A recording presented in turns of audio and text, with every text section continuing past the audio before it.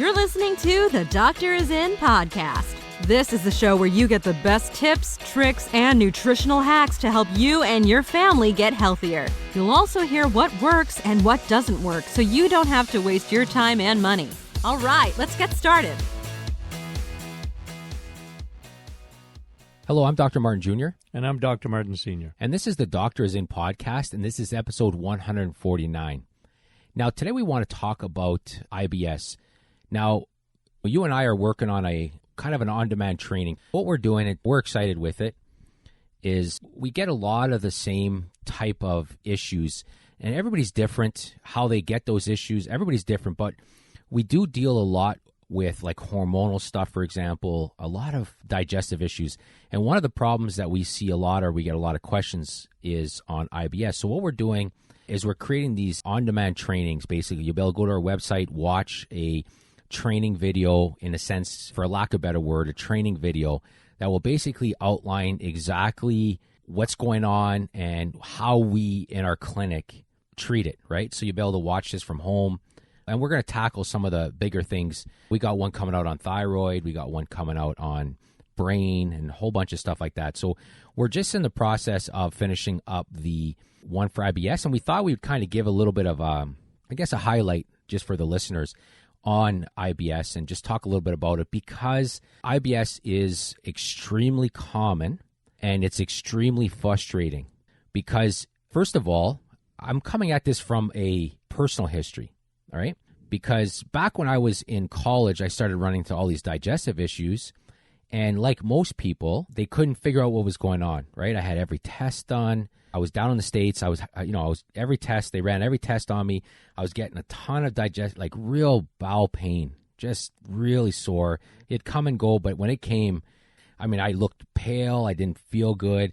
I remember a few times the pain was so severe, it almost knocked me out. That's how bad it was, just the cramping, right? So there's a lot of people that can identify with that. They can identify with that, right? And then it affected everything. It affected my energy a little bit, and it was a miserable time. I can vividly remember going to the hospital a few times because of pain, and them not really knowing anything about it, and they would check everything. Like one doctor, I remember, he thought I was lying to him in a sense that he thought I was suffering from alcohol poisoning, which I don't drink, so that'd be a real miracle if that was the case, right?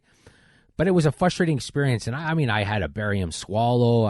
Every test that you can think of, they did, and basically every time they came back said, we can't see anything. There's nothing there. I can't find anything. And that is a typical process that a lot of people with digestive problems go through. They get every test done, and they show nothing. And that doctor then looks at them with skepticism, right? Again, a lot of people will resonate with this because we hear this all the time. Their doctor just doesn't, they say they believe them, but you could tell that they just don't quite believe them, that there's something going on, and it's affecting their life the way that it is. It's a big issue, right? So we want to talk about IBS, what we've done for IBS, and really a lot of the stuff that we do now comes from also kind of personal experimentation in a lot of ways, right? And I think, honestly, we have one of the best IBS protocols on the planet because we see it a lot. How many people have you helped with IBS? Thousands. Yeah, we get emails all the time, and that's what we're going to talk about. But before we go, like anything else, we really should kind of reverse engineer what IBS is, right? Let's kind of reverse engineer a little bit of what's really going on with IBS. Now, if you're listening, let's just start you off with a normal gut, right? A person is normal. They have a healthy gut. They're not getting any digestive symptoms at all. Everything's good. And then something comes along and changes that. And it doesn't change it overnight. It's a slow process, right? Because what's happening is, one of the interesting things that's happened over the last few years, and you've been talking about this forever, is your microbiome. Now, if you don't know what a microbiome is, that's fine. We'll kind of explain it to you right now. But basically, a lot of researchers are starting to think, well, they're treating your microbiome as another organ. That's how vital it is, right? So really, the microbiome is just the collection of bacteria, basically, that lives in you and on you, that has massive important roles on everything from your immune system to digestion to protecting your brain. Your microbiome is everywhere, and it protects everything. As important as your DNA. Yeah, that's right. And they never understood that before, right? They never understood the importance of your microbiome. Now, they always knew you had a lot of bacteria on you because, I mean, as soon as you die, your bacteria in your body starts to feed on your body, right? And very quickly. So that's the same bacteria that does that kind of stuff is the same stuff that basically keeps you alive. But once you're not alive no more, it'll eat you up. I mean, it's kind of a crazy thing when you think about it. Yeah. But so you have this microbiome, right? And it's always in balance, right? It's always in balance between the good side and the bad side, right? Like if you're a Star Wars fan, it's the dark side and the not dark side, right? So you have these good bacteria, you have these bad bacteria, and these good bacteria have a lot of very important roles. One of the roles they have is that, so you imagine if you were to take your bowels out of your system and you were to flatten them out, they would cover a tennis court. Yeah. People don't realize that, eh? That's how big and how complex our bowel system is. Yeah. So you can imagine if you flatten it out, it would cover a tennis court. All along that bowels, you have little tiny microscopic pores, little holes. And basically it makes sense, right? Because on one side you have your digestive system, you have your food and everything. On the other side of the bowels, you have your blood system, right? And everything you eat and all that kind of stuff gets broken down, digested, and then it has to be broken down to the point that it can go through that little holes and get into your blood, and then your blood brings them everywhere, feeds your body, gives you nutrients, and does all those kind of things. Yeah. And your probiotics are the guards. At those little holes. That's what they do. Your good bacteria is like security at a nightclub. They decide who comes in and who doesn't. That's one of their important roles. So when you start to lose good bacteria or you start to get a lot more bad bacteria, all of a sudden, those holes aren't being protected the same way. And as a result, everything starts to get through it. Undigested food, bacteria, fungus like candida, big viral, and it creates parasites, and it creates a massive amount of problems in people, and it's different for everybody. Some people will have brain problems because the probiotics also plug the holes in your blood-brain barrier, so they may start to run into some brain issues. Other people, joint issues because the blood goes to the joints and it creates like an autoimmune response. Yeah. So there's another one, autoimmune disorders, skin. I mean, think about eczema, psoriasis. It can affect everything, right? So what happens is, and that term that they give for when your bad bacteria starts to outweigh your good bacteria, it's a term they call dysbiosis, right? It's just an unbalance. You have more bad than good bacteria. And then what happens is when that food starts to get through the bowels or that bacteria, they call that leaky gut syndrome. And you and I talk a ton about leaky gut. So one of the first things that happens in a normal gut is something comes along and starts to kill that good bacteria and allows the bad bacteria to take over. And then you end up with leaky gut. And that's really when things start to go wrong for people's digestive system, right? And if you think of all the things that kill the good bacteria, I mean, you talk about... Well, let's talk about you. Let's talk about you. And it's interesting because... You had a classic history that hit you when you were in your late teens at university, early 20s. And look at your history. Look at your mother, my wife. As a kid, Rosie lost her kidney on antibiotics for 6 years, every day, 7 days a week. Now, those antibiotics saved her life, by the way. Yes. You know, I mean, without those antibiotics, you wouldn't be here. But right? it didn't. It came with a cost. Yeah. It came with a major cost. And for your mother, her cost came in the 40s, big time. And yours came earlier. Well, actually, what you don't remember, and I don't know if we've ever mentioned this on a podcast, so can we talk about you? Yeah. Oh, yeah, sure. Why not? They can't see me. But when you were a little boy, it's vivid like it was yesterday for me because it was so dramatic. I went in the middle of the night, and maybe your mother went in, but she called me in. She was on antibiotics also when I was pregnant. Yes. When she was, the whole time. When she was pregnant because with me. They were always worried about that kidney. Yes. Right? She only had one kidney. And so they were worried about her. And she was starting to get edema. And she was retaining fluid. And they were just, were worried about her. And they were worried they're going to lose the baby. Anyway, long history of bad stuff. Well, You weren't even 6 weeks old, I bet. Colicky, gut bad, just very restless. And one night in particular, really bad. I remember going in there, and again, your mother might have gone in first, called me in. I went and looked at you, and you literally sent, seems to me, like a quart of blood. You vomited it. Blood, like red as a tomato, like blood. So you can imagine. I remember driving down, like we grabbed you and driving down. We were in Toronto in those days. I was still in school.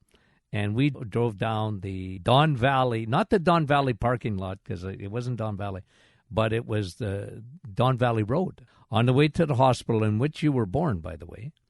And I bet you I was doing 100 miles an hour, okay, because we were in such a panic. And I remember telling your mother, look, we're going to have another baby, because all I could think of is you ain't making it. That's how much projectile vomiting, blood, occult, like a real dark, no mixture to that blood. We got you to the hospital, and you settled out by then. Did I make it? You made it. But yeah, I mean, good story, eh? Yeah, but well, that's it. But think of that. Well, okay? now, like, especially, look, you're so big now into histories and asking so many questions. I mean, it really makes sense why not too long after I really started to develop real IBS, real digestive inflammatory bowel issues, and they couldn't find anything. And I remember just being frustrated all the time. And you were in the States. I was in the States, and it was, again, I was young, and they just had a hard time figuring out what's going on. So anyways, fast forward a little bit after we came to our own diagnosis, and we started to look at things and started to treat it from a completely different perspective. And now I have my digestive system is night and day, really, Yeah. But again, I say this. If I have a kryptonite, people have listened to this podcast like the third time I've talked about Superman. I like Superman. But if I have a kryptonite, it's my digestive system. I always have to be careful, and I still to this day have food sensitivities. They're so much better than they were, and I could tolerate things way better than I ever could. But you don't want to overdo it. No, I just won't do that. I just will not test it that way, right? Again, so when we talk IBS, we understand a lot of what's going on here. And so you have a normal gut, and you'd mentioned that a lot of people run into problems because of antibiotics. Antibiotics, like you said, it saved a lot of people's lives, but it's like dropping a massive bomb on your bacteria. It doesn't care if it's good or bad. It just destroys them all, right? Which is good because those bad bacteria at that time. Carpet bombing. Yeah, that's right. It's just taken out everything. And so what happens is the antibiotics, but then what happens is, amazingly, the bad bacteria tends to grow back faster than the good bacteria. And it proliferates quicker, and that's when people start to run into problems. So that's one reason why people end up with their good bacteria getting killed. Another common reason that you see today, over-the-counter pain medications. A lot of them kill your good bacteria. So especially the non-steroidal anti-inflammatories, they're vicious. They act like antibiotics. And they kill your good bacteria. And birth control pill. Yeah, that's another one. That's right. Changes the flora in your gut. A lot of sweeteners also have a little chlorine effect. They kill good bacteria. So there's a lot of reasons why. Plastics is another one. Yeah, fluoride in the water. Right? So a lot of things happen in life that will set the bowel up for problems. So you end sugary diet. Yeah, processed vegetable oils like crazy, right? High vegetable oil diet affects the permeability of your gut, so it creates leaky gut, kills your good bacteria. So all these things leads to a dysbiosis. It leads to leaky gut syndrome. And then what happens next is interesting because then you end up with inflammation, right? You end up with leaky gut. Then you get inflammation. Now, you and I always mention this, and it's important to understand that inflammation can show up anywhere. Some people with leaky gut will get inflammation and end up with brain issues or joint issues or skin issues or name it. You can get it. But some people end up with inflammation of the gut lining. And then that's when all that pain starts, all those symptoms start really bad. When they have dysbiosis, leaky gut, they may already have change of bowel habits and stuff like that. But once they start getting inflammation of that lining, then they run into all their symptoms, pain, all those things that go along with IBS, right? So that's what happens. So in order to fix the gut, you have to address those areas. So you and I always kind of talk about we like to simplify things quite a bit, right? You and I, we like to look at things and let's get down to the nitty gritty. So we have kind of a 3-step, if you will, program that we use to help people with IBS or really any digestive disorder. And it's, first of all, eliminate symptoms, because that's all that matters to the person. First, you have to address the symptoms, because you can say to them, hey, listen, we're going to fix your gut, which we will, but you're going to have to suffer through these symptoms for a long time first as you're healing. That's just, people are in bad shape. They want to. Yeah. They need results. They need results. So we always address the symptoms. Yeah. Then we lower inflammation, because that's going to help them in the long term. And then we also then proceed to help rebuild their gut, which, again, we have very specific ways of doing each and every one of those things. So let's talk quickly through those. Just if somebody's listening, they can get some good practical advice on how to approach fixing their gut, right? So let's talk about eliminating symptoms quickly. So somebody comes in and, you and I, we kind of laugh about this a little bit, because it's something that I went through exactly. So there's kind of 3 stages of symptoms that happen in IBS. It's funny, right? You ever go, we took a cruise last year, and there's that old sailor saying, right? Red sky in the morning, sailors take warning. Red sky at night, sailors delight, right? Yeah. So when somebody has IBS, the first stage of symptoms is what I like to call red sky in the morning. They think everything's okay right now, but take warning, because it's common, right? So because they're in between bouts. Yeah. So they're not healed. They think they are, but in the distance, there's like red sky. It's going to get bad. They woke up that morning, it's red sky, and it's going to be a rough day coming, right? So that's the first stage. They got IBS, but they message us, or they say, hey, listen, I was having real bad symptoms for a while. They seem to be a little bit better right now. Trust me, they don't go away on their own. It's just you're in that calm between the storms type thing. And then the second stage, what happens is the symptoms start to become an annoyance in a way, right? Like it's just starting to, every once in a while, like it's irritated. It's irritating. They might get pain. It goes away. Bowels may change a little bit. Yeah. You get stools that are softer, maybe some off and on between diarrhea and constipation. Yeah, and it's just of an annoyance, yet it's not really. Lots of gas. It's affecting them, and it's affecting their daily activities, but it's not to the point, which is the third stage, which is I like to call the angry uncle stage, which is what happens is the bowels are angry, and at that point, and this is what happens, it's mad at everything. I always just picture your bowels as angry. It's irritated, and everything irritates it now. So at this point, it's like it doesn't matter what you eat. It's sore. People can't figure out what's going on. It's just always angry. It's always sore. Every time they eat, something's going on. And that's the stage that people are in bad shape. Yeah. And then they kind of reverts again. All of a sudden, it's a calm between a storm, and they go through those stages again. And it's just it's an ongoing thing, and it can go on for years and years and years. So the first thing we like to do is eliminate symptoms. Now, if you're in that third stage where that's angry at you, you have to actually, at that point there, you have to give it a rest, meaning you have to incorporate some form of fasting into your routine. You have to shorten your eating window. You have to fast and almost nothing. Almost nothing. No food. Because sometimes I remember, sometimes even water was bothering it when it was really irritated, right? Yeah. So sometimes you just got to fast. And, you keep keep it out of the gut. Yeah, you just try to fast a little bit. Give it a break. Get rid of that spasm. Get rid of all that kind of stuff. You do it that way. But this is where at this stage here, so we like to rest the gut. We like to give it a break. And a big part of that is digestive enzymes. Huge. Yeah. You've got to digestive enzymes help you assist in breaking down food. And when you got IBS, you need enzymes. Yeah. And now what's cool is that we've developed our digestive enzymes specifically to help people with leaky gut, because we threw in a few things in there that actually kill the bad bacteria, some great things in there, and we designed it for that purpose. But you definitely need a good digestive enzyme. Very healing. Yeah. Very therapeutic. And sometimes you need to take an enzyme before and after a meal, depending on how bad your stomach is at that time. And then you get on probiotics right away. Now, probiotics will also help eliminate some of the symptoms, but you got to get the probiotics into the system. And then we also have a formula specifically for this called IBS formula. Yeah. And it's got a lot of mucilages, right? Just people are asking, like, what's a mucilage? Just think of it as a coating. Like, just like something is really irritated and it's like putting a hose on something that's hot. It just cools it right down. So you got these like slippery elm bark and marshmallow root extract or mucilages. They calm the L-glutamine, and they calm the bowels down. They help repair. They help heal.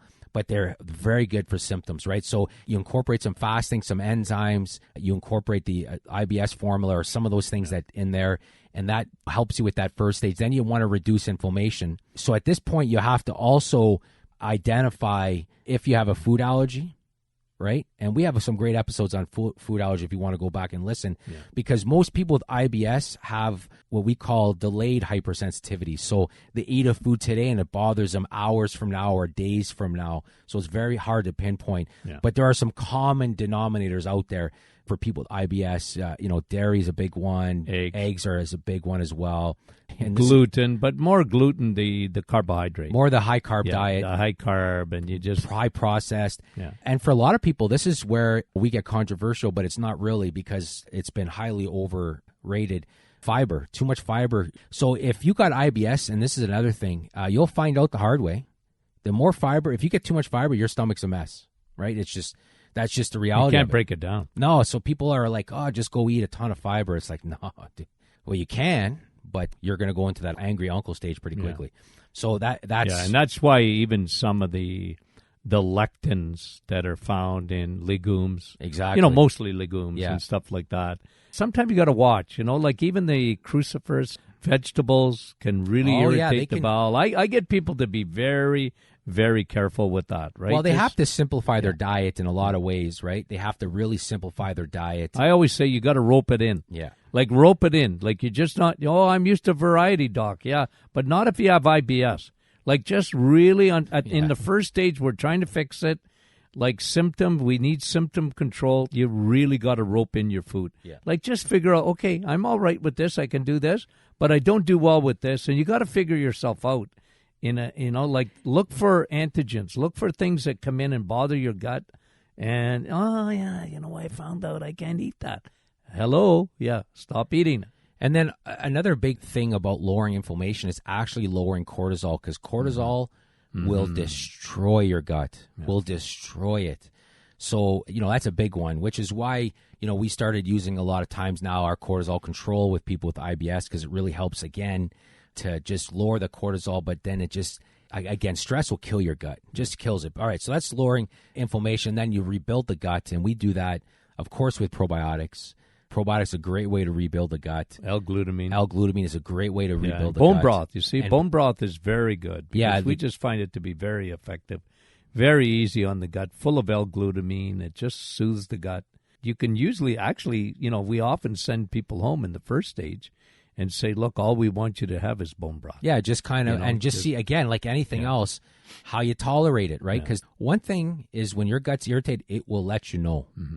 It wasn't like, I remember when it was really bad, I knew very quickly that my body just says, nope, now I'm going to give you a couple hours of pain just because you decided that you were going to try that as a thank you, right? So, but that's kind of a quick outline. Again, we are putting together a training that'll be on our website in the hopefully next couple of weeks, we'll have it out on our website, and we'll go into a lot more detail, and we'll really give you a nice little idea what we do in our clinic for IBS. So again, we want to thank you for listening. If you have any questions, you can email us at info@martinclinic.com. You can go to our website. We have live chat on our website. We have great staff that are there. They're more than happy to answer your questions. If you're not a member of our private Facebook group, you can go to our website. You can join from there. And in that group, that's where we go. And for example, like this past weekend, the study came out on low carb, and we went into the group and just obliterated the study on why it was terrible, start to finish.